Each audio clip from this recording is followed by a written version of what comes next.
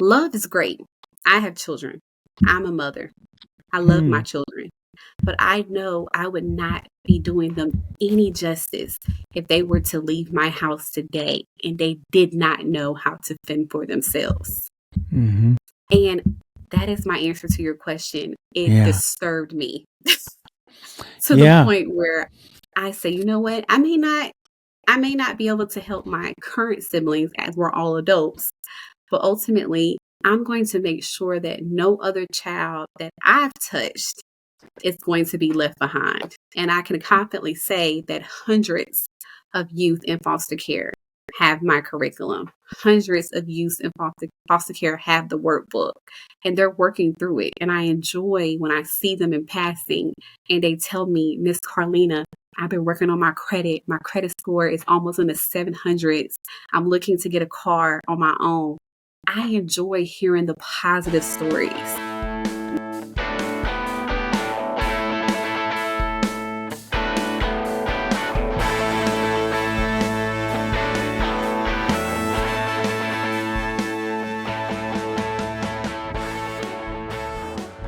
Papaya! Hello, all. Welcome to another episode of Transform Your Future with me, Eddie Isin, where I sit down with entrepreneurs, thought leaders, and high achievers as they identify areas I can improve on and guide me to further my self-improvement practice. For more information and insights, join the newsletter at transformyourfuture.com, where I write about reinvention, personal growth, and identity. Also, we want to hear from you, so if you would comment, would you like? Would you text us in all the audio apps? You can send a direct message to us. We want to hear from our audience. We want to know what's going on. We want to know what you think. We want to know how maybe we can even make it better for you. Maybe you've got some suggestions for us. Please communicate with us. And always, you can always just text me at 813-722-1417. Our guest today is Carlina Shotwell. Carlina is a former foster youth turned life skills educator, writer, foster advocate, and public speaker. In 2016, she wrote Journey, a tale of a foster youth's journey home, to inspire foster kids to continue to look for hope and motivation despite life's obstacles. Carlina, let's talk about that. Let's jump right in. How you doing? Well, how are you? I'm doing really good. Good, good. Well, I appreciate your introduction. It was marvelous. But ultimately, to jump right in, my first book I wrote in 2016, Journey, it was somewhat of a fictional memoir. And what I mean by that is little pieces of the book it was related to me in some shape or form, meaning Hmm. the child in the children's book entered foster care the same date I entered foster care, which was June Mm. 29, 2001. The cover of the book is super special because it's actually the image, the house, my first foster home. So even though I went from home to home, 7 homes total, the cover of the book meant so much to me because I was able to reach out to my former foster parent and get her Hmm. permission to use her house as the cover for the book. But I wrote the book as a way to serve as an icebreaker for children entering the foster care system. Hmm. My thought process Hmm. was foster parents receive training, weeks of training on how to be a good foster parent, whereas the children receive nothing of the sort. And a lot of times, a young person is not aware what foster care is, right? So I wanted to be able to have a children's book to allow the new foster parent to show them and teach them that, hey, you're entering my home and it's going to be a good thing. Yes, yes. And I mean, I see in so many levels how that is a inspiring, insightful process, maybe even therapeutic in some Yeah. ways for yourself, going Hmm. through that and talking about it, but definitely needed. I haven't done the research, but is there a lot of books for young Mm. adults, for children to look at, to understand, to learn a little bit about what the process is so they don't feel so disconnected and alone? Right. So I've ran across a few of them. The ones that I have ran across are more so coming from a foster parent or an adoptive parent point of view and not necessarily a child's point of view. I have the history. I remember what it was like to enter someone's home and not fully be aware of what was going on with me, right? Getting those emotions, feeling scared, anxious, nervous, not really sure when I'm going to see my mother again. So Right. I wrote my book from that perspective as a way to ease the young person's mind and let them know that they are safe. Yeah. Yeah. So, what's some of the themes in the book? The themes. So in the book, I wanted to be able to cover many facets of child welfare. So there isn't just foster care, meaning you would go to just one person's home. Maybe the adult supporter is married, maybe they're single. There's also situations where there's group homes.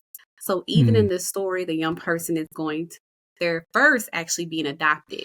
They're born Mm-hmm. June 29th, 2001. So first they're adopted. So that's one form of child welfare. Then later on, they're placed into foster care, right? So the adoptive parents release their rights. Then later Mm-hmm. on, they went to another home, which was their final home, which was a group home, where they're Mm. able to be surrounded by other children that are like them, and they receive the love of the child care provider in the group home. So I wanted to go over and cover each form of what foster care looks like, even kinship care. Kinship care is actually where a foster child will actually be placed in the protection or the home of someone related to them. So there's different forms, and a lot of people are not aware of what each of the forms are. So having that perspective within the children's book allows a young person to see that even though you're in foster care is wide. It looks different for everyone. Mm-hmm. Mm-hmm.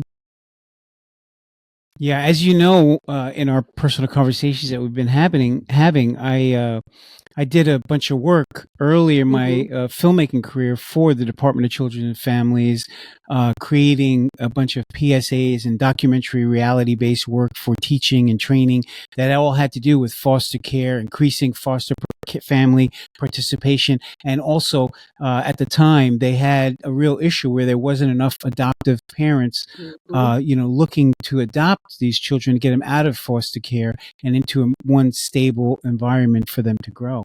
So it's a real important thing from both ends. Yeah. But certainly, as I understand what you're saying, like there's not a lot of work specifically designed from the child's perspective of all these changes that are going on in their lives and preparing them for the different stages as they're going to go through it. So, I guess so. Was it very rewarding for you releasing that in 2016? It was. It was an opportunity for me to not only help other young people and to ensure that the way that I entered foster care, which was not the most the best experience, honestly, Yeah. I wanted to make sure that it never happened again. Also, it gave me an opportunity for my loved ones, friends, and family to support me in such a huge way.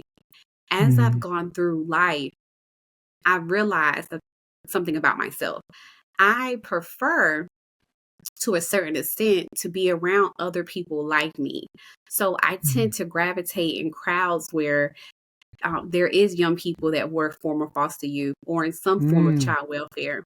And when I'm around Interesting. these individuals, it's a safe space. There's no judgment, even if we're not talking about what we went through. It's just a safe Mm, space. So then when I gravitate towards my real world, where I am one only individual within my friends and mhm, foster family, to know what it's like to be that young girl growing up and going from home to home, it tends to be a little difficult and those conversations are a little harder. So writing the book allowed my friends and family to actually get a peek of mm, the inner works of my mind and how I was feeling back then. So it was very mm. emotional, and I truly enjoyed it. And I'm glad I was able to give this back to people, especially young people. Yeah. And this all got you into the process to be an advocate to just Absolutely. become an advocate and speaker. Tell me a little bit about your experience about going out and being an advocate Yeah. for foster care. And Right. So, as I mentioned, it's a safe space for me to be around other young people and adults like me. So, for years, even while attending college, I would always come back home to Greenville, North Carolina, and I would utilize my time between the current foster youth, whether that was helping facilitate workshops, volunteering at different events where they would be at, conferences, things like that within child welfare. I always made sure that I was present, even though I had things going on in my real world, in my personal life. I made sure that child welfare, whatever was going on, I wanted to be there. And ultimately, by me doing that for years, people that I were not aware were actually watching me and observing everything that I was doing. And they wanted to allow me to have a stage, so to speak, to present and allow my gifts to show. I love teaching. I love young people. And ultimately, tying everything together, it just made sense. mm, yeah, and this process, needed, necessary, and vital, um, led you to your next piece, which Yes. was your in 2023, where you developed the innovative curriculum and workbooks for Empower Yourself Life Skills Curriculum Workbook to further advance your advocacy, Hmm. transforming the lives of foster youth who are transitioning to adulthood. Now that's Absolutely. awesome. So we continue on now from the child's Hmm. perspective now to the young adult, so that they Hmm. can enter into this new world. Absolutely. So, as a young person, when I transitioned into adulthood, I can honestly tell you, Eddie, that I was not prepared. No Hmm. matter how much I wanted to be free in an adult at that, I was not prepared. And Mm, unfortunately, my foster parents did not help me in any way. They did not teach me how to properly manage a house. They did not teach me how to properly mm, manage my finances, nor did they even teach mm, me to how to prepare to get a job, let alone keep a job. So mm, I honestly, when I aged out at the age of 19 after graduating high school, I was thankful to be able to get my own apartment with the help of our social services here in North Carolina. They were able to help me in regards to that. However, life skills, I had to learn and fail and fail and fail mhm, time and time mm, again mm, before I realized I'm not doing this right. There's a right way to do these things, and I'm not doing it right. mm, And by me thinking through that, I wanted to first be able to manage my finances. I've always had a job since the age of 15, but I've never really had anything to show for it. mm. Yeah. So that just showed me that I had poor money management skills. So I started reading very my very first finance book, Rich Dad Poor Dad. Have you heard of it? Oh, wow. Oh, absolutely. Yeah. It's impacted a lot of people's lives. Yes. So when I read that book, it was like a eye opener for me, right? Hmm. It showed me not only where I was as that poor dad, it also showed me how my foster parents also had that same similar mindset, right? Hmm. Even Hmm. though they were not teaching me anything, I was still learning from their behaviors, right? Mm, So as I was reading that book and I was educating myself, and I even went further to start listening to finance podcasts, I've even bought and purchased multiple finance books. I was able to finally get a grasp of my own money. Then mm, I started realizing, okay, I continue to get these jobs. I don't like these jobs. hmm. But Right. ultimately, I'm starting to realize that in the real world, things are not adding up to where I could have the life that I deserve and I desired. So Hmm. that's when I started taking a step back and realizing, hold on, Carlina, you don't know everything. And why is that? So I started talking to other former foster youth, and we started realizing the similarities. Then I started talking to current foster youth and started realizing the similarities. There's a lot they do not know, right? Mm. And I wanted to prevent them from having to continue to fall on their face time and time again and learn things the hard way. I Wow. wanted to allow them to not be a statistic and to be able to educate them on life skills. So that's why I Mm. created the curriculum and the workbook. It Mm. goes over 14 life skills: decision making, job readiness, housing essentials, healthy relationships. There's so many life skills, and Mm. it can all be essential to a young person becoming the best version of themselves.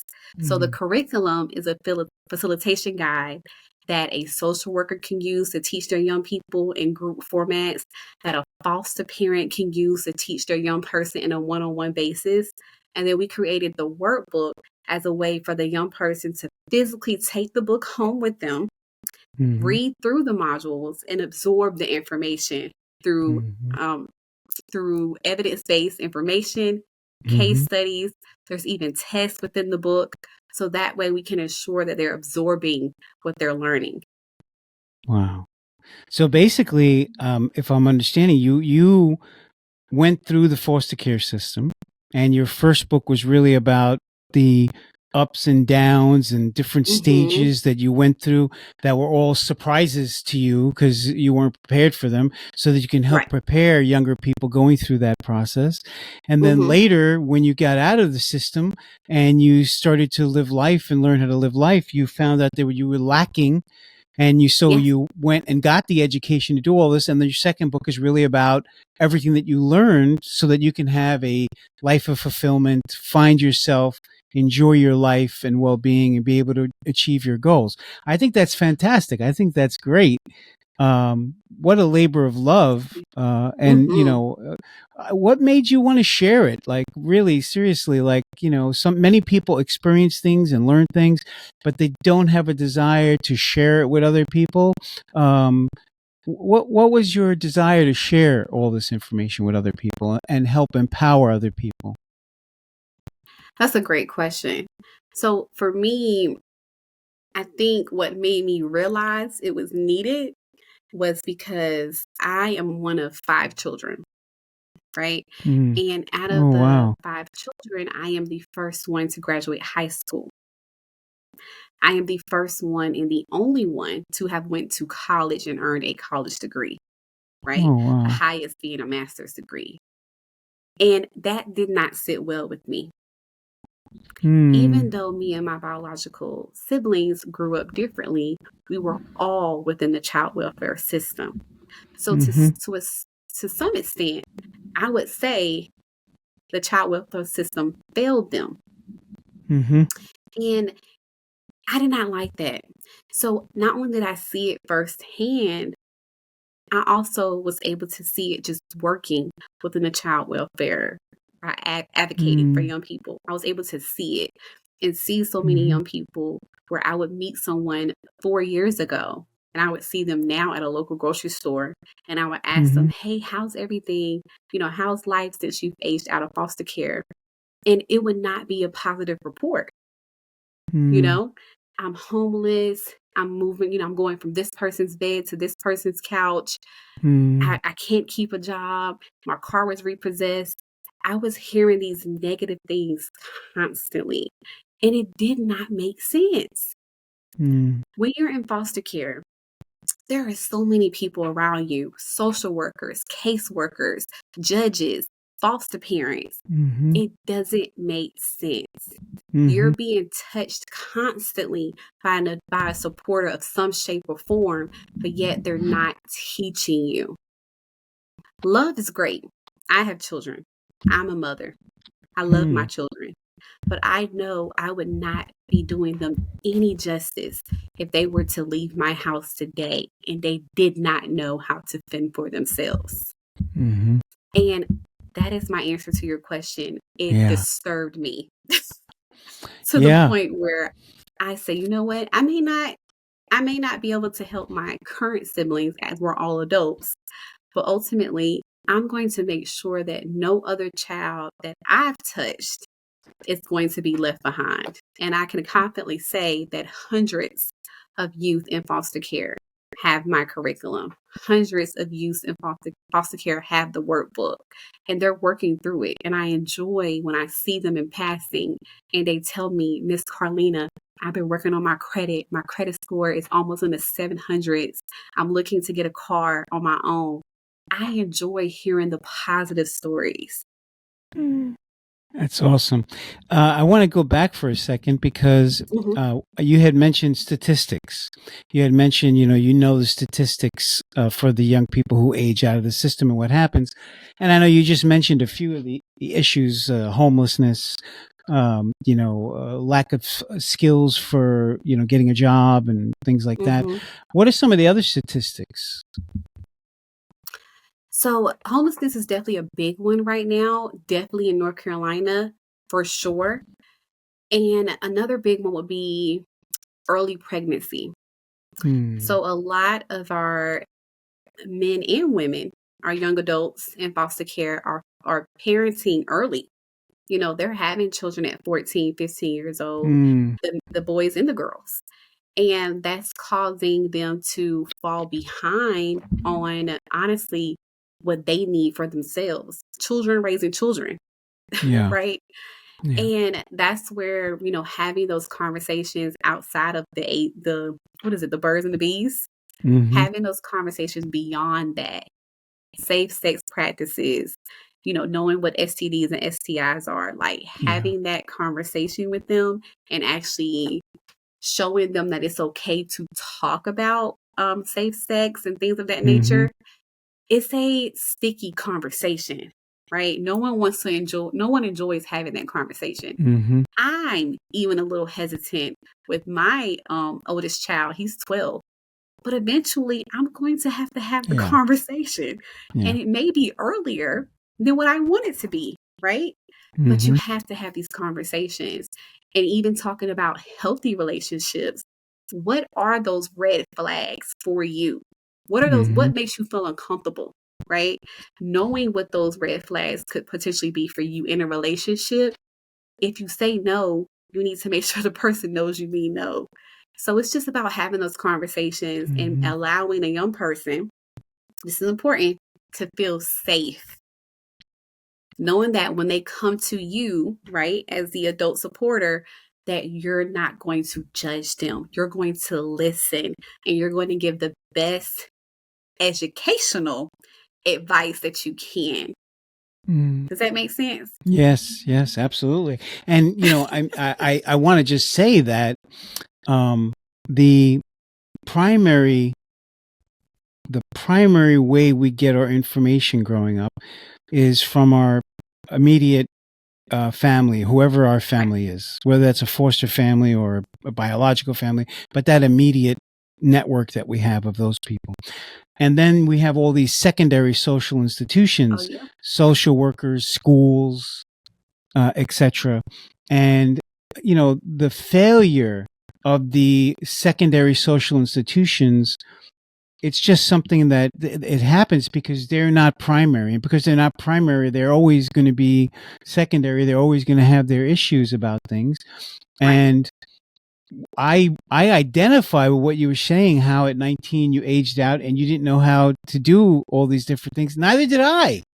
Right. I didn't Right. know either, really. I mean, okay, my Yeah. parents told me some things, my family told me some things, but I would say that most of my information came from culture and, Mm-hmm. music and TV and movies and Right. my friends. I got informed more about that, and we were not prepared for budgeting, credit, um, how we were going to make money in our lives, what we were going to really do, what do we care about. I mean, there was all these issues that we weren't prepared for, and Mm-hmm. like you, um, I had to wake up. And of course, there's biological, scientific data that shows like really it's not until you're 25 that I your agree. brain really fully forms. So you can really make some intelligent, creative decisions and ways to do things. Um, but I identify. I think a lot of people can do that. And I think that even in the schools, right? Like, why is it Right. in school they don't really teach you about these simple things that everybody's gonna have to do: paying rent, getting a mortgage, getting a home, taking care of the home, taking care of your house, balancing your checkbook, Yeah. having a credit profile. I mean, these are all things that everybody needs. More help and time on choosing what you want to do for a vocation in your life. These are all things that are highly important, and they still don't teach them in schools. No. So it's interesting. I think that there's still amazing, like people have been talking about this for like 80, 90 years. I don't know if you ever read any of Napoleon Hill, but Yes, he's I have his he's book. he's very famous for Think and Grow Rich. But I actually Hmm. like some of his other books better, including um, oh gosh, I can't remember the whole name, but it's about him meeting the devil Hmm. and having a conversation with the devil. And Okay. that book is incredibly fascinating. And one of the Hmm. main points it drives home in the book is that it's almost like school and these secondary Hmm. institutions are really only training you to be a good employee. So you go somewhere, don't know Yep. anything, have to say, what do I do now? Uh-huh. Yeah. How am I supposed to show up? Uh-huh. What do Yep. you want from me? Hmm. Okay. Hey, can I take off this weekend? Is that okay?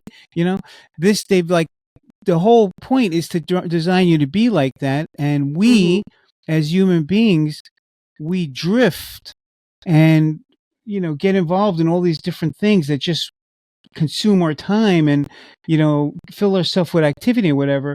But like we're missing the point on so many different things because like Hmm. our future is being stolen from us without us Yeah. even realizing. We're freely just giving it up instead of being an active participant. Anyway, I find his book fascinating. Um, I'm going to look it up. It's called Conversations with the Devil, I think. Okay. But I definitely do have one of his books. It definitely has the word grow in it. I forget the title, but I remember Yeah, the that's word Think and grow. Grow Rich. That's what he's There we famous go. for. He's Yeah, famous so for I do that have book. that one. It's called Outwitting the Devil. That's the name of the book. And Outwitting and the I Devil. and Okay. I think if you got the audio book or you read it, I mean Yeah. it's a quick read. It's a small. I think you'd enjoy it. And you see, he talks a lot about there. And he wrote this book, in the 30s about the problems with school and education and Hmm. how it's not really functional. Yep. So it's interesting. Like I said, these issues have been going on for a long time. But I do also like that you specifically targeted this around a specific audience that you're a part of, which I think is also really commendable, to do it that way rather than making it general, to make it very specific. Yeah. No, I Yeah. agree. And I do understand that there is a demographic of young people that I consider, I call them undersupported youth, which Hmm. essentially means that they're with their parents, their biological parents, but they're not necessarily being supported in life skills, right? Hmm. So Hmm. there is a school in Texas. They actually just purchased the curriculum and the workbooks to utilize for their summer program for their young Mm. people. And these are not foster children. These are undersupported Right. youth that the Right. school feels like could benefit from the life skills during their summer program.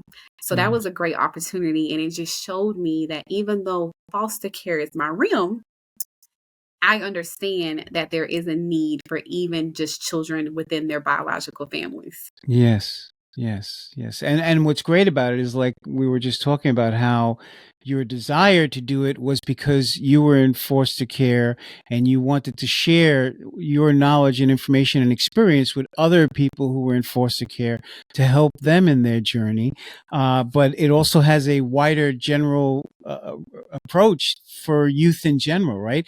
I think it's Yeah. great. I think every school should adopt your program. That's what I think. I think every school should have something like this to help I the agree. kids, to have more freedom in their lives, to be No, I empowered, like agree you said. completely.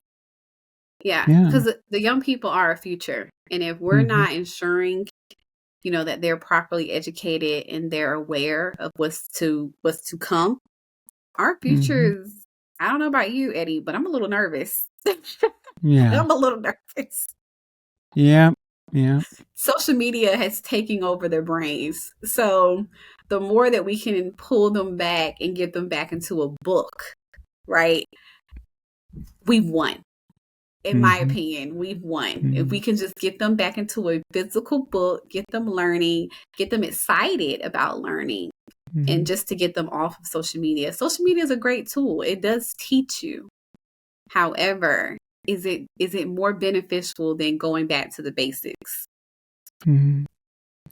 Yeah, I mean, I think we might be at a tipping point right now, Yeah, where we're either going to go one way or the other. We're going to yeah, either go deeper into it and just go even more deeper into separateness and, being one, or we're going to go the other way and start being together and, the similarities and, that we're all the same. yeah, It's kind of strange. We need that higher consciousness is what we need. And there's yes. been a real movement in the world for higher consciousness now for like the last 30 years, 36 years, maybe even 40 years. And more people are, coming in tune to understand that really, if you want to take care of yourself, if you want to be empowered, that you need to have some spiritual practice in your life, Yeah. meditation and, awareness, and observe yourself and Hmm. what you're doing, what you're saying, because we have traumas in our life and we have Absolutely. experiences, and oftentimes the messaging we get from that might actually be something that it served me back then when I was going through that Hmm. traumatic experience, growing up in that family. Those things that I learned, those coping mechanisms, they served me at that time to survive that, but they don't serve me anymore as an adult, right, in my life. And so I have to be able to recognize that, because if I can't recognize these things in myself, then I can't do nothing, right? You can't do nothing. I mean, you could talk, but if you as an individual don't identify with those things and don't realize like there's something here, and why do I act this way, and why do I feel that way when this person says that, or when these situations happen, it's something it's worthy. You're worthy to do that work, right? Yeah, And God, whatever God is, because I'm open to everybody's interpretation for it. It's okay. um, but whatever that God, higher power, Vishnu, whatever is, the force, it installed it all inside of me, everything that I need already. I just need to tap into it, and I so, agree. yeah. And, And it's rewarding. it's It's rewarding. rewarding to do Yes. so. Yes. Yes, it is. It feels good. Yes. But And I I think definitely many, agree with you when you made the comment about how our minds are more aware after the age of 25. I mhm, do firmly believe once I turned 25, which was years ago, something clicked. Like I mhm. remember just being 25 and just thinking to myself, like, I'm almost 50. I need to get it together.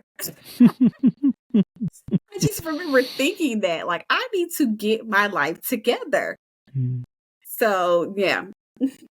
Yeah, all that creative problem solving and all of Mhm. the real awareness happens after 25. Um, Yes. yeah. Interestingly enough, many people would agree with this phrase that I'm about to say, which is that you overcame some great obstacles in your life, right? Mhm. I think everybody would agree that going through foster care, being having the whatever the turmoil situation was and the impetus of you to Mhm. go into foster care, living through that, surviving all of that, going through the system and coming out the other side and living a productive life and not being a statistic. This is something really that is awesome. That's fantastic. You overcame obstacles. I'd like to talk about that for a little while because obviously my show is all about transformation and Right. reinvention and identity. So tell me a little bit about um, how these obstacles, like when you were hit with these obstacles, what was the decision making process as you're going through them? How come you didn't just like become a statistic? Why didn't you hit these obstacles and just give up and say, oh fine, that's just Right. the way it is, I can't do nothing about it, so I'll just be a criminal or whatever? How did you go through all that, and how did it inform you to go through it and excel and thrive? Right. No, that's a great question. And I've actually been asked this question time and time again. Ultimately, I knew since I was a little girl that I was going to be somebody. You could not tell me I wasn't going to be somebody. And it helped that I enjoyed being a student. Even now, I love to learn. Teach me. I'm forever wanting to be that student, right? I never want to be the smartest person in the room. And that allowed me, even though it allowed me to understand mentally, I was not, mentally, I was being torn down inside, right? Physically, emotionally, throughout my years in foster care. I entered at the age of 9. I aged out at the age of 19. And as I mentioned earlier, I went through 7 different sets of foster parents. So that's 7 different rules, 7 different houses, 7 different faiths and what they believe, their values and morals. It was different. So I was exposed to a lot from these 7 different homes, right? And it could have broke me. Honestly, there was probably many moments in my life from the age of 9 to 19 where I wanted to break. But I understood that I'm just here temporarily. I'm only in this person's house for as long as I'm in this person's house.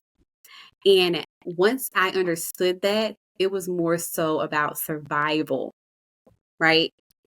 As I went through the mindset of survival, that survival instinct turned on, I did not allow myself to form relationships because to me, this was temporary, right? Me being placed in your home is temporary. So could I have allowed these foster parents to love me? I could have. I didn't let them because so much was happening inside due to all of the different forms of abuse that I just needed to survive. So I just did what I needed to do in regards to got up, went to school, got great grades, joined the dance team, joined the band team, the mathletes, the reading club, whatever I needed to do, that's what I did. And then as soon as I turned 19 years old and I graduated high school, that's when I knew, okay, I'm now in the real world. How can I become the little girl that I wish I had back then? So then I graduated high school, checked that off my list. Went off to college, checked that off my list. Went off to college again, checked that off my list. And ultimately, I just knew I needed to keep going. Even when I became a mother at 19 years old, I got pregnant with my oldest son. Even within that, there was scary moments. How can I be a mom when I never had a mom? Like, what does this look like? What is this going to look out like? Getting married early, I think I was 21 years old. Getting divorced by the age of 22. Then continuing life, getting married again. I think I was about maybe 26. Having another child, getting divorced a couple of years later. Now I'm divorced with 2 kids, 2 ex-husbands. So it was just like life was truly lifing. And it still is to a certain degree, even now that I'm in my 30s. And it's just about not necessarily the steps to get to the end. What can I do to get to the end? What can I do just to get to the end goal? And that's how I stay focused. I'm very much I'll put together a list, a to-do list, right? To get to an end goal. But I also understand, and I realized a long time ago, in full transparency, that life is supposed to give you hurdles. It's supposed to test you. So even though I may plan out my life and I may have A, B, C, and D, something's going to happen. And one of those steps are not going to align. But as long as I don't give up, I can maneuver and I can pivot. And I've made sure that I don't allow myself to just sit still. I'm always willing to pivot my life because I know what the end goal is. So I never thought to write a curriculum, an educational curriculum. I never thought to do that. I never thought to test it amongst other young people to make sure it was evidence-based. It never crossed my mind. If you were to ask me this 10 years ago, I just knew that I was going to be somebody, right? And I wasn't going to allow foster care to be my story. I wasn't going to be that statistic. That was my main goal, right? Yeah. So I had to literally pivot throughout these last 33 years.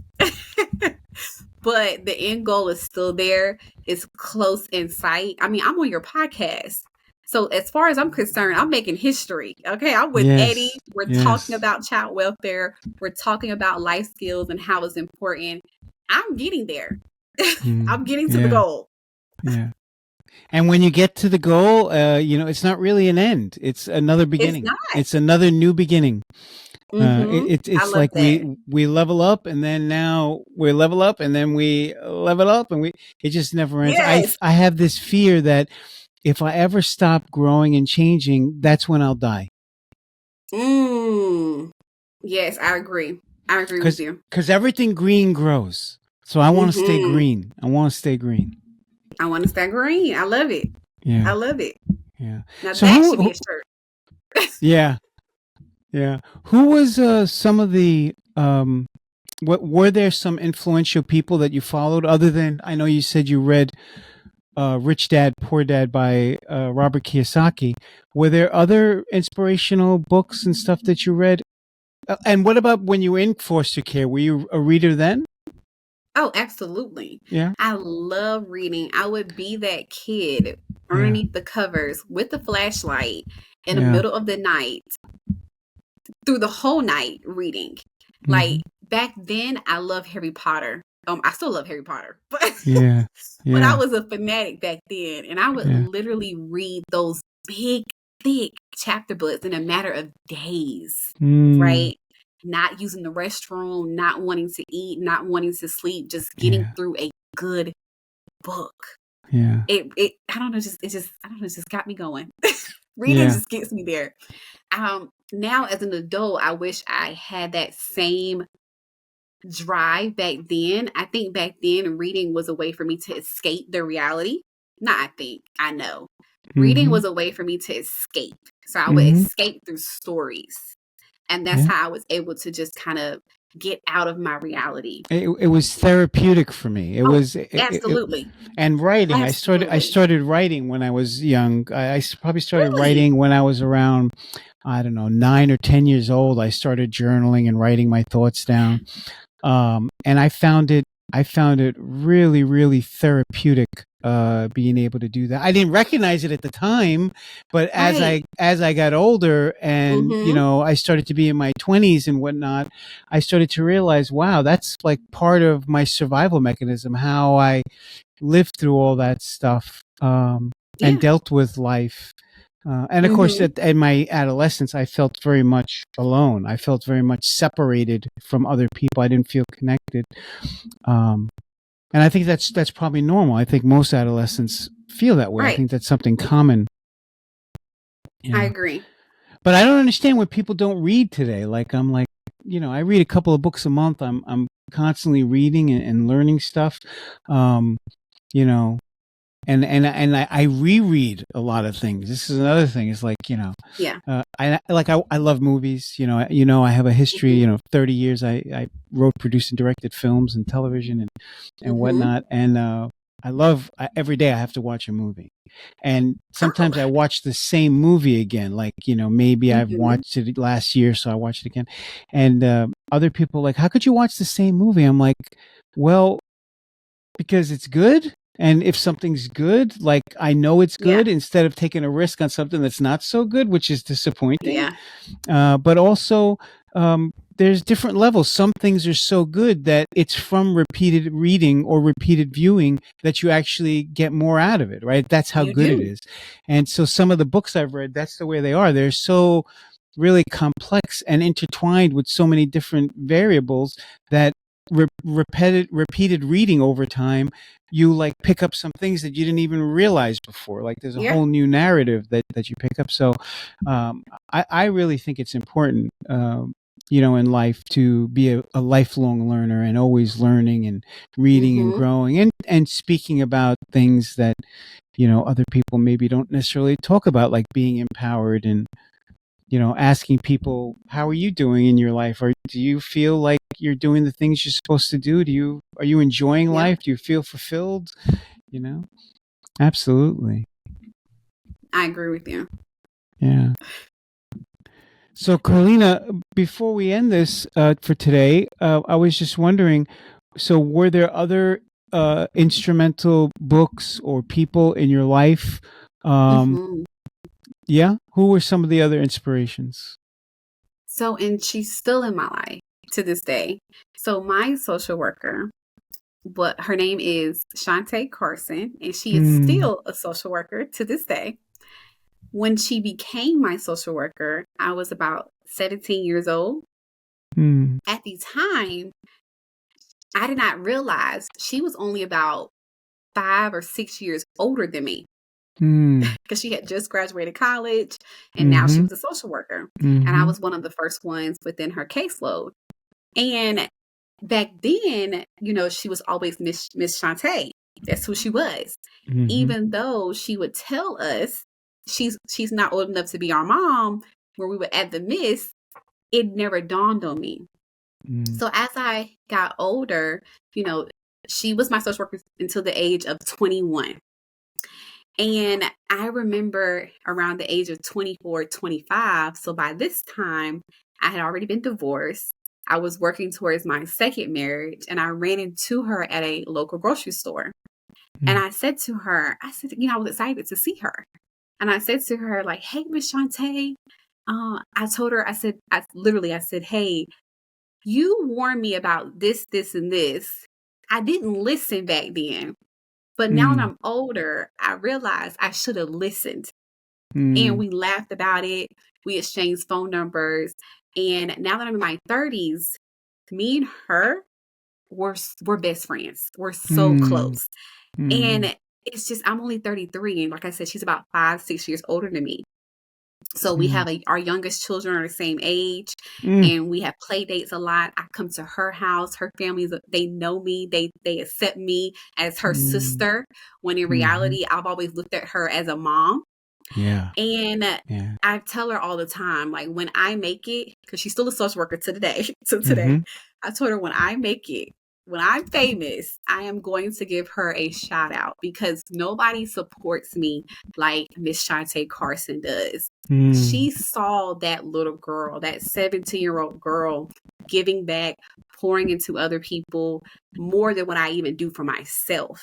She saw that in me. And even now, she has led me to multiple opportunities, paid opportunities at that, where I can broaden my advocacy, broaden my platform. She was even the first person to purchase my curriculum and workbooks for her current caseload.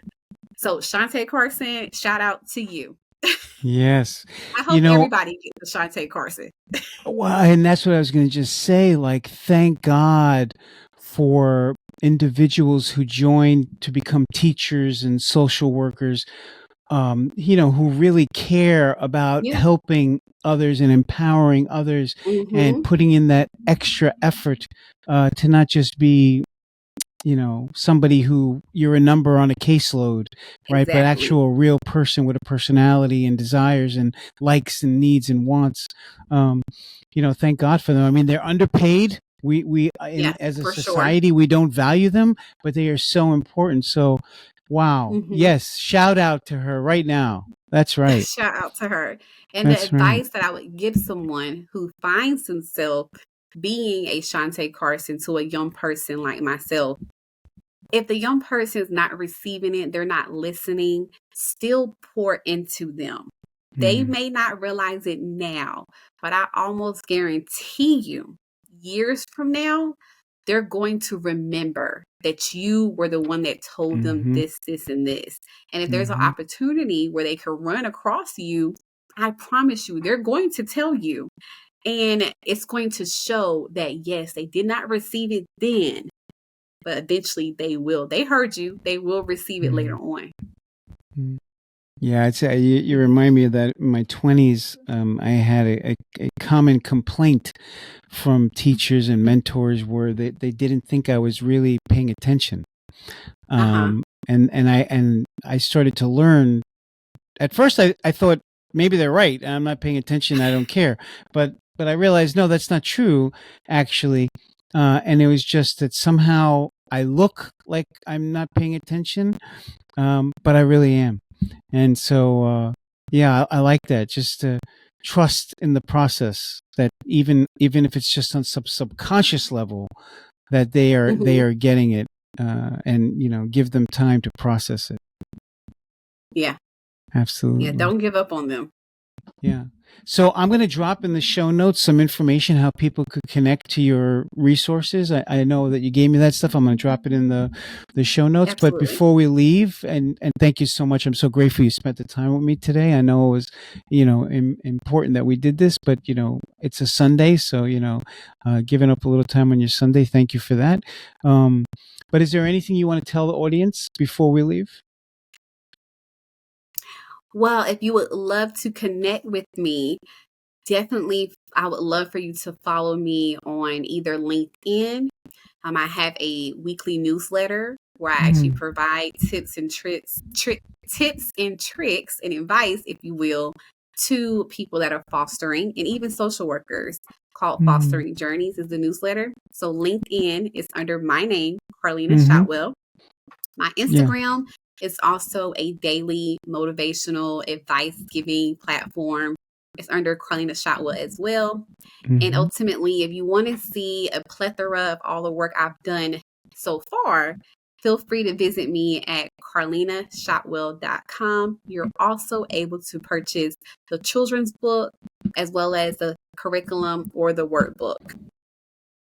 Okay. So besides the links and everything, which I'll drop in the thing, is there Yes. anything that you want to leave us with, a thought that you want to leave the audience with?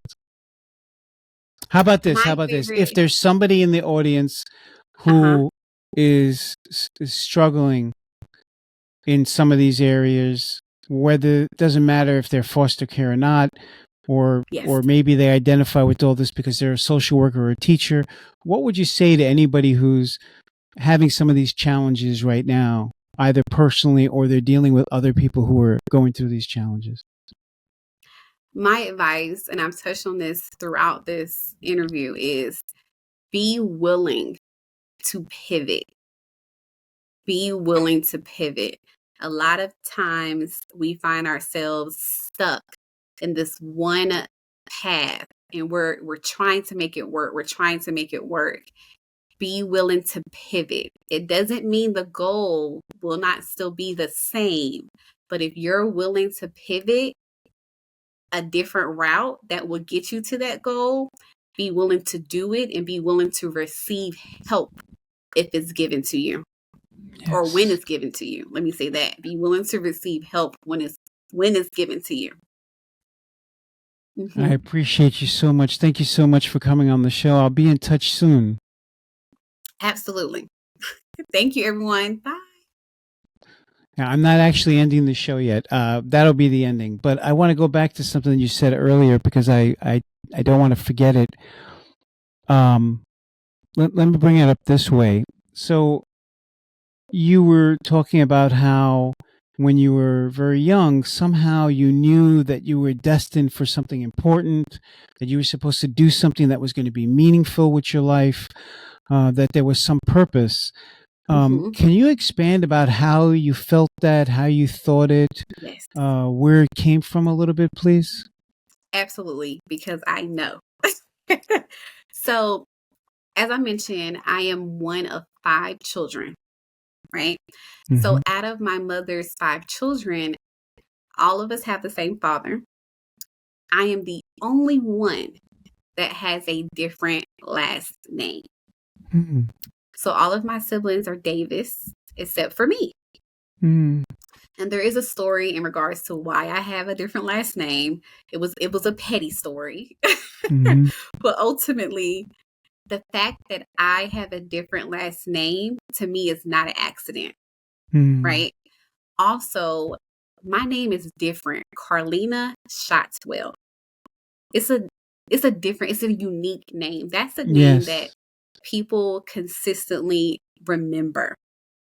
Also, ever since I was a little girl, I would always be told through my actions, always smiling, always willing to be the person in the front of the class.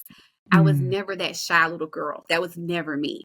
I always wanted that attention. And in some shape or form, that was somewhat trauma, right? Mm-hmm. Coming out as Mm-hmm. I became older. But ultimately, knowing my last name is Carlina Shotwell, knowing that I am the only Shotwell, right, within my biological family, that motivated me. Like, this name is powerful. Mm. Like, God gave her, through pettiness, gave my mother the ability to name me something different, Hmm. right? I even went a step further. When I had my first son, Mm-hmm. like I said, I'm the only Shotwell. So Right. once I am gone, the name dies, right? Mm-hmm. When I had my first son, married and all, he has my last name, which is Mm-hmm. Shotwell. Mm-hmm. I spoke to his father and I really expressed to him how Yes. important it was to for me to make Yes. sure that this last name, Shotwell, does not end with me. I did Mm. not put in all this hard work for it to end with me. Yeah. He agreed. So my son his last name is Shotwell, and it Hmm. will continue on. Yes. And I just knew that last name, that was powerful for me. That Yeah. told me that no, she's going to be somebody. Yeah. So I identify with a lot of that in my youth. Did you? But it's actually just something interesting that I don't know why I'm bringing this up exactly, but there was many things that I noticed when I was younger. Mm-hmm. Um, Call it synchronicity, call it coincidence. There was certainly something that I felt, a presence beyond me, right? Something else that was there. Call it God, the presence of God, or whatever is the spiritual world, whatever. And then as I got older, I guess I forgot about it, or I didn't trust it or believe in it anymore, and I had to find a journey back to it. But um, did this thing about the idea of a calling, the idea of something calling to us, that we hear something? Was there some voice or visual imagery or whatever? Like some people see it as vision, some people hear it as a voice. They talk about like the voice, voice of conscious, the voice of reason, the voice of God, whatever. Just curious, how did you experience that? And it's like when you're talking, it's almost like in my mind, I know there had to have been instances throughout life. Mm-hmm. And I almost wonder, would those instances, would they have been where I was pivoting my life? Was it the sign I needed to get off that one track that I could not get off of, right? Even just not even just in business, but in personal. Mm-hmm. What? Because I mean, being divorced, right? That's something you don't necessarily want, Oh God, that was right? the hardest thing I ever had to do in my life. Right. But what something has to happen internally, so to speak, and Mm-hmm. even a sign. I've asked God for signs plenty of times. Yes, yes. And something happens within you to make you say, you know what? This isn't what I want for my life, but it's what I need for my life. And I Mm-hmm. need to pivot off this track in order to get to what I need. Yeah. And I'm almost positive there has to have been signs. There has to be. Typically because I don't move off of my own free will. Something Mm. has to push me. Does that make Yeah. sense? Yeah. Yeah. Yeah. Because I'm very much a loyal person. I'm very much when I love hard. I give you chance after chance after chance. So in order for me to get off a track, I would have to have been pushed in some way. Yeah. So, do I have a moment I can think about? I cannot think of anything, but I can almost guarantee you that it has happened. And I feel like it's happened to a lot of people, whether Yeah. they realize it or not. Well, and just like, for example, when you say when something happens, right? So we have Mhm. some situation, Mhm. some outcome, some result that we go, Right. whoa, that's not a result that I wanted. That's what's going on. Right. And, at that moment, possibly that's when you hear the voice that says, you got to do something about this, Mhm. Carlina. Carlina, what are you going to do? You need to take some action here, right? Mhm. But there's something inside of you that helps to guide you in that. Hopefully Absolutely. that you're aware of, and the more aware we are of that, and the more we Yep. observe that, the more we can listen to it. I feel like the easier life becomes, right? It's not so Yes. much a push and pull and fighting; it's more like surrendering to the process of how it all happens. Yes. No, I agree Yeah, yeah, 110%. And I'm yeah, still learning that to this day. yeah, That, don't do the pull and push, right? Just just let it go. Let it go and see where yeah, it goes. Cause I yeah. will be, in that situation where I'm pushing and pulling. Like, all right, God, I don't know. Yeah, sometimes my experience is we fight, and then we bang our head against the wall, we bang our head against the wall, we bang our head against the Mhm. wall. And then after a while, we go, maybe I should sit down and relax a minute, hold on, and then you lean up against the wall, and you realize, maybe this wall's not actually so bad. Actually, I mean, it's giving me a Yeah, lot of shade. It's giving me a lot of shade yeah. over here, and I don't really like the pain in my head from banging my head against the wall. So maybe it's not so bad. Maybe it's not so bad on this side of the wall after all. You know. Exactly. I like that. I like that. Yeah, enjoy the shade. Yeah. Yeah, yeah. There's always an upside. And something that you said, earlier just now in the conversation reminded me of like there's several people out there, including like Tony Robbins is quoted for saying this, that life doesn't happen to you, it happens for you. For Right, you. that if Mhm. we just change our mindset to say, well, this is not happening to me, this is happening for me, because this is a learning experience. Because like you said earlier, when you were talking about it's a test, it's like life is a learning experience, and these things are happening because we need to learn something. There's something that we have to learn from that. No, I agree. And Yeah. I'm so glad you said that quote. I'm even going to jot it down real quick because I've heard it time and time again. And I tend to always forget it when I need it the most. Mm, So, yeah, I that's agree. awesome. Got it. Yeah, it's not happening to you, it's happening for you. Mm-hmm. Yeah. Listen, I love you. We'll be in touch. Yes, absolutely. For more information and monthly topics of interest, please go to transformyourfuture.com and join our newsletter.